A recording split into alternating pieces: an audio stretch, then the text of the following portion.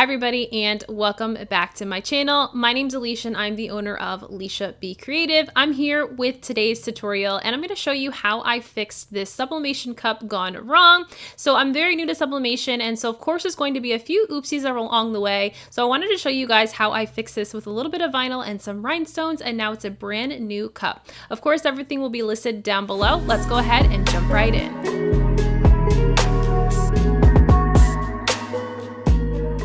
Okay, so I am starting with, of course, my sublimation cup. And so this is an absolutely beautiful design I got of Creative Fabrica, but I did not cut my template to size of my cup. We all know that I don't do a great job when it comes to measuring things on my tumbler, so we've got to fix this. So these are the supplies I'm going to be using today. So of course I have some vinyl, which we're going to use to cover up that white space there on the back of the cup. I have some extra vinyl lines in a navy blue, and then I got this crown SVG from Creative Fabrica that we're going to use, and then this is Dawncore Rhinestone Scatter Mix from Flynn Sisters Supply Shop, and we're going to use that to bling out, of course, the crown. So starting with my tumbler, aside from me sublimating this, I haven't done anything else with it, but what I'm going to do is I do want to go ahead and tape off the bottom so that we can spray paint it with the Dreamy lavender color on the bottom of the cup. So I want to cover up all of the white space, and because I will be epoxying over this, I don't want any of that white to show, because then it really just looks like a true sublimation cup that I may have messed up, and I want to hide the fact that this was not the entire plan to begin with. So I'm just using a little bit of some electrical tape to just tape down at the bottom, and then we're going to mask off the rest of the entire cup with some plastic wrap, and that's just going to protect the rest of the cup from the spray paint when I go to spray paint just the bottom section of the tumbler. So I'll add a little bit of tape just to keep the plastic wrap on, and then we're going to go ahead and spray paint the bottom of the tumbler. Once that's spray painted, we'll go ahead and of course remove all of the plastic wrap as well as my electrical tape. I did choose to use electrical tape over painter's tape because painter's tape can typically leave a little bit of residue on a sublimation cup. Electrical tape will not leave that residue. So I decided to err on the side of caution and not have to use any sort of product on top of the sublimation after it had, obviously been sublimated on, like acetone or anything like that, to sort of change the consistency of the tumbler itself. So I decided to go with electrical tape because I knew that I wouldn't have that issue. We're going to go ahead and remove this. Of course, let this dry, but while that is drying, we're going to go ahead and get our items ready to go for how we're going to cover up the mistake along the back side. So this is some textured gold metallic vinyl. It is my favorite go-to gold vinyl when it comes to anything that I need in gold. It's always gold textured vinyl. You can get this from both Tech Wrap and Cricut. The brand that I have right here is Cricut. I do like the Cricut brand, but you can also get this from Tech Wrap as well. And I do have a discount code for Tech Wrap down in the description box in case you'd like to purchase from there, aside from grabbing up the ones that you can find at your craft store, of course. So I had just touched the bottom of my cup and of course realized that it wasn't dry. So don't be like me. Don't touch your cup until it's completely dry. But now that it is dry, we're going to take this section that I just cut off of that gold textured, that metallic vinyl, and it's about 1.5 inches of vinyl that we're going to use. And right now what I'm doing is just sizing this on my cup. So where that white seam was open, section was open, it wasn't even directly behind, like directly behind the skull, which is the forward part of the cup. So I had to adjust this large section of my textured metallic vinyl in order to make sure that this is going to be directly on the half section of the cup. So meaning it will be, if you're looking at the cup dead on with the skull, if you turn it directly around, it is directly behind the skull on the other side of the cup. So I had to kind of shift it a little bit to make sure that it was actually the direct back of the cup and not over to one side or the other. I just used kind of the hinge method to apply the vinyl. with just using a little bit of painter's tape to just adhere that textured metallic down so that I could use the hinge method to get that on. We're going to trim off the bottom here. I did remove a little bit of paint there, but that's okay because we are going to cover that up with vinyl. I did go a little bit over the top edge here, so I'm just going to very quickly use my craft knife to just scrape across the top. Then I'm going to go right into my vinyl striping. So a lot of times crafters, people who make epoxy tumblers typically will break up how they're applying their vinyl so that you don't have any seams from the vinyl underneath showing on whatever vinyl you're laying on top. I did not feel like I needed to do this for this particular tumbler because of two reasons. So first being that because this is a textured metallic, look, you're really not going to pick up a whole lot of that texture through that vinyl necessarily, even with the harsh edge. And because this is a rather dark vinyl that I'm using, it's a navy colored vinyl, you really couldn't see any sort of edge along the seam of the gold vinyl. So I wasn't really too worried about that. So I just lined both sides and of course the bottom. I am going to go back and use a little bit of the excess that I had from one of the stripes to go around the top as well. As I'm lining the top section of the cup with the vinyl, I am making sure that I'm leaving that tiny gap that I normally would for how I would normally sand an epoxy tumbler, since that won't really be required for this cup, but I do want to make sure that that vinyl is not on the top edge of that cup. That way it doesn't cause any roughness at the top edge, or you'll be able to feel any of that vinyl. So now that I'm pretty satisfied with how this vinyl section is looking, we're going to go ahead and of course apply the final decal here, which is going to be this crown.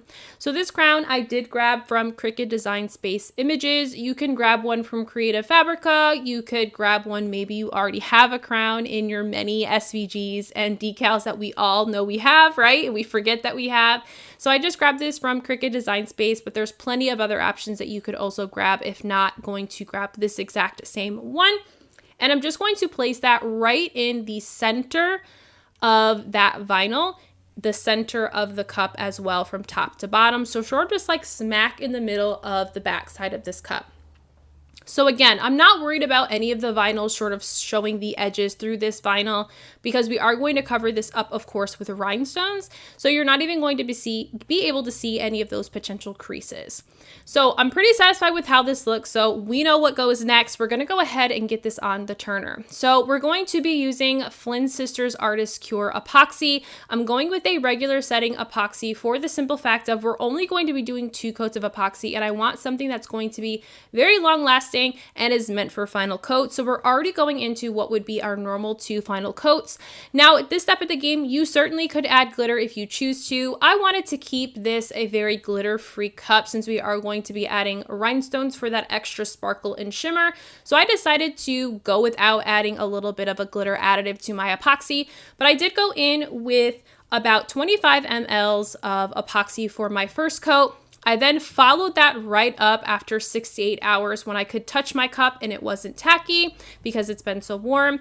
My epoxy really has been curing rather quickly in my garage space right now. So I followed that up with another 25 mLs as my second final coat before we go on to, of course, adding the rhinestone section. So I wanted to include the epoxy part of this design just because I don't always get to show this on my channel, and to talk to you guys a little bit about number one, sublimation. Not that I know a whole lot about it quite yet. I'm kind of just getting my feet wet, but some other alternatives for when you make those oopsies when it comes to sublimating items. So this was my very first oopsies. I've been really thankful in that I haven't made a whole lot of mistakes when it comes to the cups that I've made. Not that I've made a whole lot with sublimation, but this has been the only one that I really did not do very well as far as measuring, which we all know is not my strong suit, of course. But for this cup, I was thankful that it was just a small gap. But if you have something like maybe ghosting on the top edge of your cup or the bottom edge of your cup, which typically happens with sublimation, especially when you're just trying to get your timing right and you're trying to, really get your sublimation skills underway, you certainly could add rhinestones to a cup like this. You could add permanent vinyl and add rhinestones on top, right? Just scuffing up that vinyl after you apply it and rhinestone right over, and that would negate entirely needing to epoxy. So if you're not someone who even does epoxy tumblers, but you do sublimation, don't think that you have to immediately use your sublimation cups for epoxy in the event that you do mess up a cup. You certainly could get away with using UV DTF decals, which are super popular right now, to cover up some of those mistakes, so you don't have to worry about then sealing it at the end. So my cup is now cured and we are back off of the turner. We're going to prep this and get ready for adding our rhinestones. So I just took my sanding block and just very lightly sand and scuffed up just the vinyl section. I used the very corner of my sanding block to get in all those little teeny tiny crevices to sand that top layer of epoxy to really give our glue and stones something to adhere to. I am going to be using liquid fusion today, and the stones that I'm using today are Dawn Court stones. These are from Flint Sisters Supply Shop, and it is a brand new quart mix that she launched on her website. It is gorgeous. It's like a pink and gold mix, but it's really beautiful. If you haven't seen it or haven't picked it up, definitely encourage you to use that. Of course, discount code and link is in my bio in case you're interested. But we're going to go ahead and use this beautiful scatter mix to cover up the crown here. Now, you could leave it plain, but you guys know I have to be a little bit extra. If we're not adding glitter, then we're definitely going to be adding rhinestones because things have to sparkle at least a little bit. So I'm starting, of course, with kind of like the larger circled sections of the crown at the top with some of my big and large stones there, just being able to get those placed first. And then I'll go in with those filler stones in small sections to be able to apply the small stones. So I do have a syringe that I typically use to apply my liquid fusion. It was acting up today and squirting out way too much glue, so I just switched really quickly to a silicone brush that I have plenty of these all around, and I just use that to help me spread some of that excess glue that I have on that little piece of paper, and just use that to, of course, get myself into some of those smaller crevices that I wouldn't be able to get to even with that blunt tipped syringe. So scatter method for this, of course, you don't have to do scatter method, but for a design like this that is not, you know, a complete square, I definitely would encourage something like scatter method, because trying to do a honeycomb method on this is probably not going to look the best. I personally prefer scatter method. It is definitely my favorite type of stone application, but certainly whatever works for you, go for it.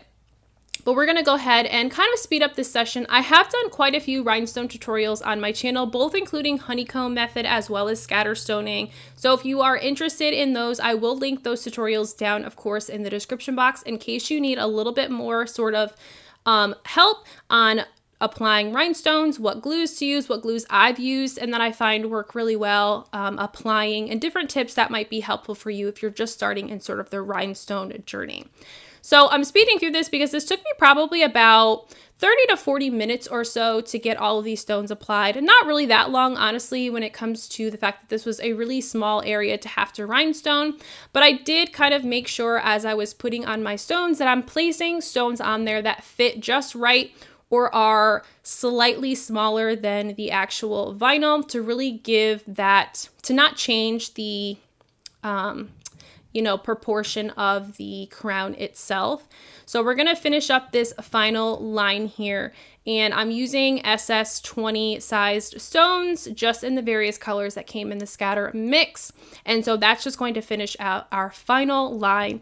This glue, liquid fusion, takes 24 hours to fully cure. So after that, it can go in for its, of course, final bath, spruce it all up, and then of course this is the final look at this cup. So I really love that I was able to turn this very big mistake that I made with a sublimation cup into something that's beautiful, and I hope that whoever grabs this loves it as much as I do, because something about skulls and those gorgeous crowns with the rhinestones really just has me. So of course, if you loved today's video, be sure to give this video a huge thumbs up and subscribe to my channel, and you guys know that I will see you, of course, in the next one.